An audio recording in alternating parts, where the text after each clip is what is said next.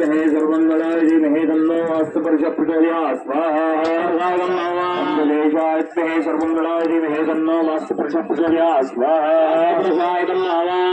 राक्षोग्धवरे विनियोगः ओम रात्रिनाथाय विद्महे भूरक्षकाय धीमहि तन्नो राक्षोग्ध प्रचोदयात् स्वाहा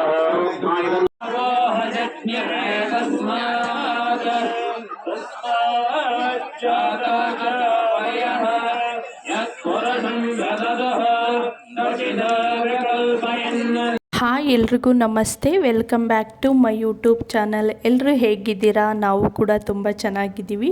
ನಾನಿವತ್ತು ಡೈಲಿ ಲಾಗ್ ಮಾಡ್ತಾಯಿದ್ದೀನಿ. ಫ್ರೈಡೇ ಮಾರ್ನಿಂಗ್ 5 o'clockಗೆ ಎದ್ದಿದ್ವಿ, ಹಾಗೆ ಲಾಗು ಕೂಡ ಮಾಡ್ತಾಯಿದ್ದೀನಿ. ಯಾಕೆ ಎದ್ದಿದ್ವಿ ಅಂದರೆ ನಾವಿವತ್ತು ನಮ್ಮ ಅಜ್ಜಿ ಮನೆಗೆ ದೇವಸ್ಥಾನಕ್ಕೆ ಹೋಗ್ತಾಯಿದ್ದೀವಿ. ಅಂದರೆ ನಮ್ಮಮ್ಮರ ಅಮ್ಮ ಮನೆಗೆ. ಅಂದರೆ ದೇವ್ರದ್ದು ಪ್ರತಿಷ್ಠಾಪನೆ ಇತ್ತು, ಬಂದಮ್ಮ ದೇವಿ ಅಂತ ದೇವಸ್ಥಾನದ್ದು ಪ್ರತಿಷ್ಠಾಪನೆ ಮಾಡ್ತಾಯಿದ್ರು.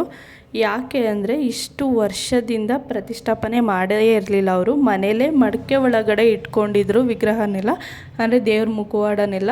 ವರ್ಷಕ್ಕೊಂದ್ಸಲ ಅವರು ಹೊಲ್ದ ಹತ್ರ ಹೋಗ್ಬಿಟ್ಟು ಅವ್ರ ಅಣ್ಣ ತಮ್ಮದಿರು ಏನಿದ್ದಾರೆ ಅವರು ಊರವರು ಸ್ವಲ್ಪ ಜನ ಅವ್ರಿಗೆ ಪೂಜೆ ಎಲ್ಲ ಮಾಡಿಬಿಟ್ಟು ಮಡೆ ಎಲ್ಲ ತೊಗೊಂಡೋಗ್ಬಿಟ್ಟು ತಂಬಿಟ್ಟು ಆರತಿ ಮಾಡಿಬಿಟ್ಟು ವರ್ಷಕ್ಕೊಂದ್ಸಲ ಮಾಡ್ಕೊತಾಯಿದ್ರು. ತಿರ್ಗಾ ತೊಗೊಬಂದು ಮನೆ ಒಳಗಡೆ ಮಡಕೆ ಒಳಗಡೆ ಇಡ್ತಾಯಿದ್ರು.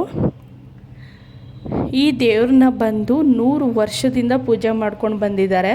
ಅಂದರೆ ನಮ್ಮ ತಾತನ ಕಾಲದಿಂದ ಪೂಜೆ ಮಾಡ್ಕೊಂಡು ಬಂದಿದ್ದಾರೆ. ನಮ್ಮ ತಾತ ಅಂದರೆ ನಮ್ಮಮ್ಮರ ಅಪ್ಪ, ಅವ್ರ ಅಪ್ಪಂಗೆ ಇನ್ನೊಬ್ಬರು ಅಣ್ಣ ಇದ್ದರು ಬೆಟ್ಟಯ್ಯ ಅಂತ. ನಮ್ಮ ತಾತನ ಹೆಸರು ನರಸಿಂಹಯ್ಯ ಅಂತ. ಇವರು ಇಬ್ಬರು ಇದ್ದಾರಲ್ಲ, ನಮ್ಮ ತಾತನ ಅಣ್ಣ ಇದ್ದಾರಲ್ಲ ಬೆಟ್ಟಯ್ಯ ಅಂತ, ಅವರು ಊಟಿಯಿಂದ ದೇವ್ರನ್ನ ತಂದಿದ್ದಂತೆ. ನನಗೂ ಗೊತ್ತಿಲ್ಲ, ಇದನ್ನು ನಾನು ಕೇಳ್ಕೊಂಡು ಹೇಳ್ತಾ ಇರೋದು ನಮ್ಮ ಮಾವನ ಹತ್ರ, ಅಂದರೆ ನಮ್ಮ ಅಮ್ಮರ ಅಣ್ಣನ ಹತ್ರ. ಇವರಿಬ್ಬರು ಅಣ್ಣ ತಮ್ಮದಿರಿದ್ರಲ್ಲ, ಬೆಟ್ಟಯ್ಯ ಅನ್ನೋರ ಮನೆ ಫ್ಯಾಮಿಲಿ ಆಲ್ಮೋಸ್ಟ್ ಯಾರೂ ಇಲ್ಲ ಅಂತ ಹೇಳಿದ್ರು. ಒಬ್ಬರು ಮಾತ್ರ ಇದ್ದಾರೆ, ಮಂಜಣ್ಣ ಅಂತ. ಅವ್ರು ಕಿಕ್ಕೇರಿಲಿದ್ದಾರೆ. ಅವರು ಇಲ್ಲಿ ಜಮೀನು ಎಲ್ಲನೂ ಕೊಟ್ಬಿಟ್ಟಿದ್ದಾರೆ. ಅಲ್ಲೇ ಅವರು ಸ್ವಂತ ಮನೆ ಜಮೀನೆಲ್ಲ ತೊಗೊಂಡು ಅಲ್ಲಿ ಸೆಟಲ್ ಆಗಿದ್ದಾರೆ.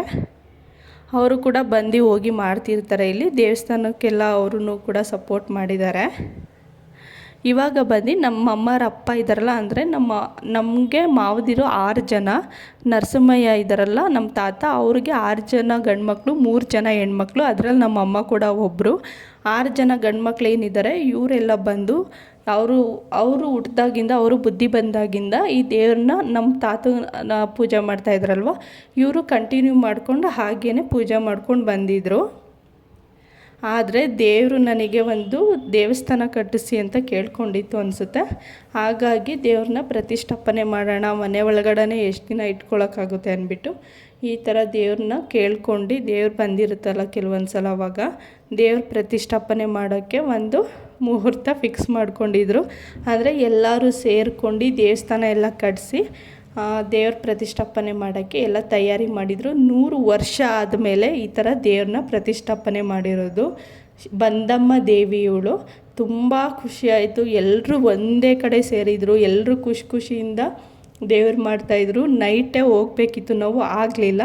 ಯಾಕೆ ಅಂದರೆ ಮಕ್ಕಳಿದ್ದಾರೆ, ಎಲ್ರಿಗೂ ಗೊತ್ತು, ಅವ್ರನ್ನ ಹಿಡ್ಕೊಂಡು ಅಲ್ಲಿ ಹೋಗ್ಲಿಕ್ಕೆ ಆಗೋದಿಲ್ಲ.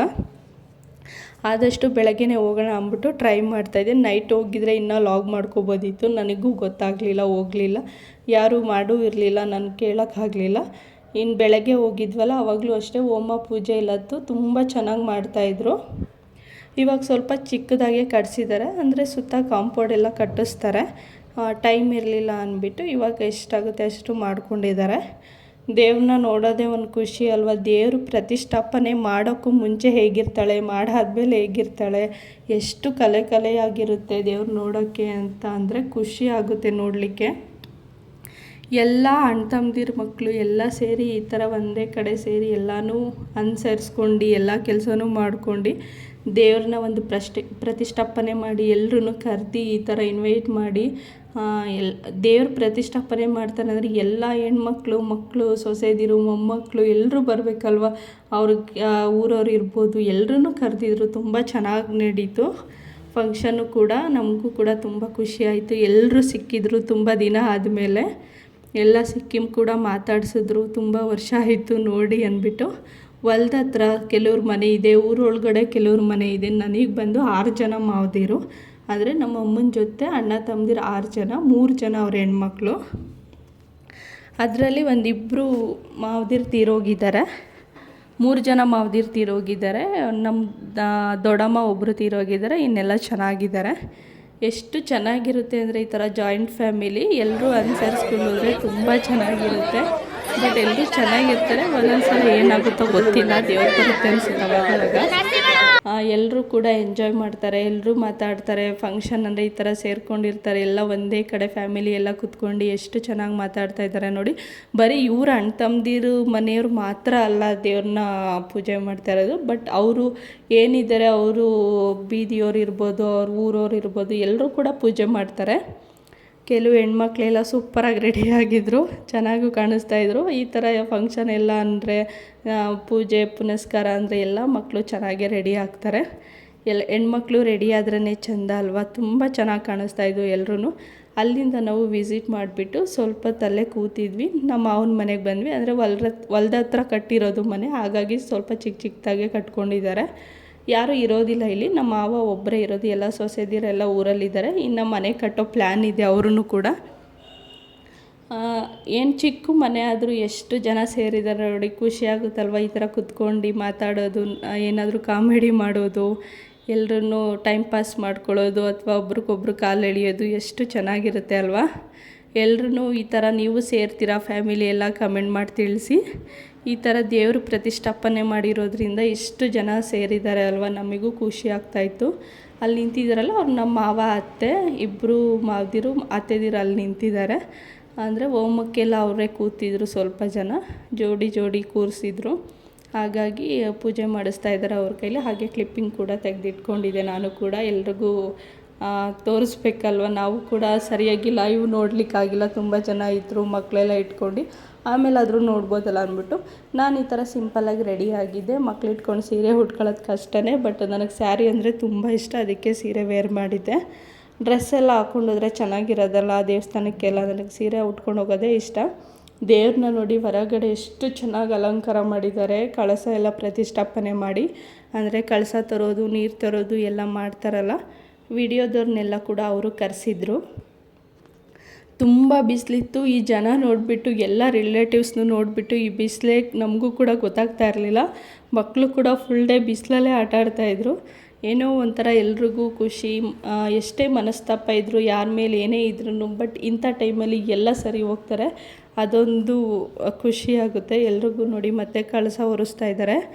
ಇನ್ನೊಂದು ಏನು ಅಂದರೆ ದೇವ್ರ ಕಳಸ ಒರೆಸಾದ್ಮೇಲೆ ದೇವ್ರು ಕೂಡ ಬಂತು. ಬಂದಮ್ಮ ದೇವಿ, ಗಂಗಮ್ಮ ಮತ್ತು ಮುನೇಶ್ವರ ಮತ್ತು ಲಕ್ಷ್ಮೀ ದೇವಿ ದೇವ್ರು ಬಂದಿತ್ತು.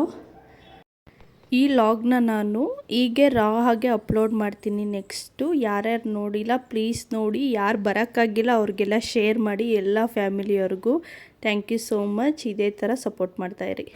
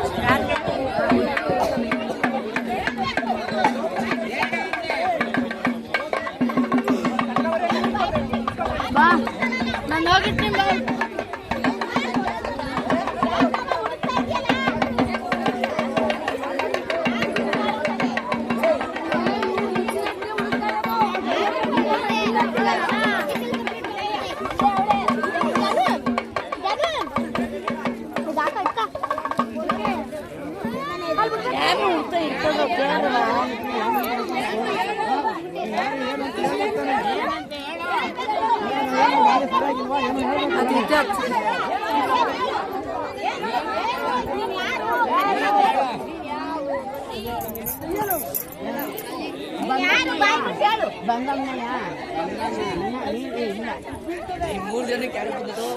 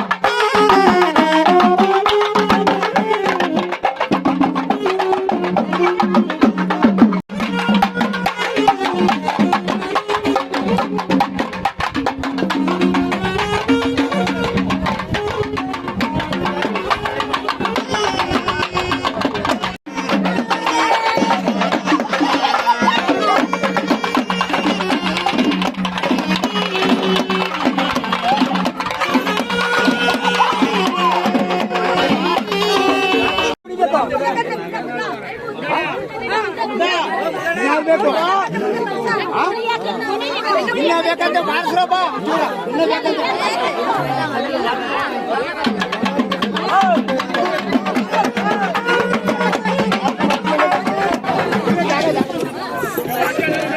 ಅದೇ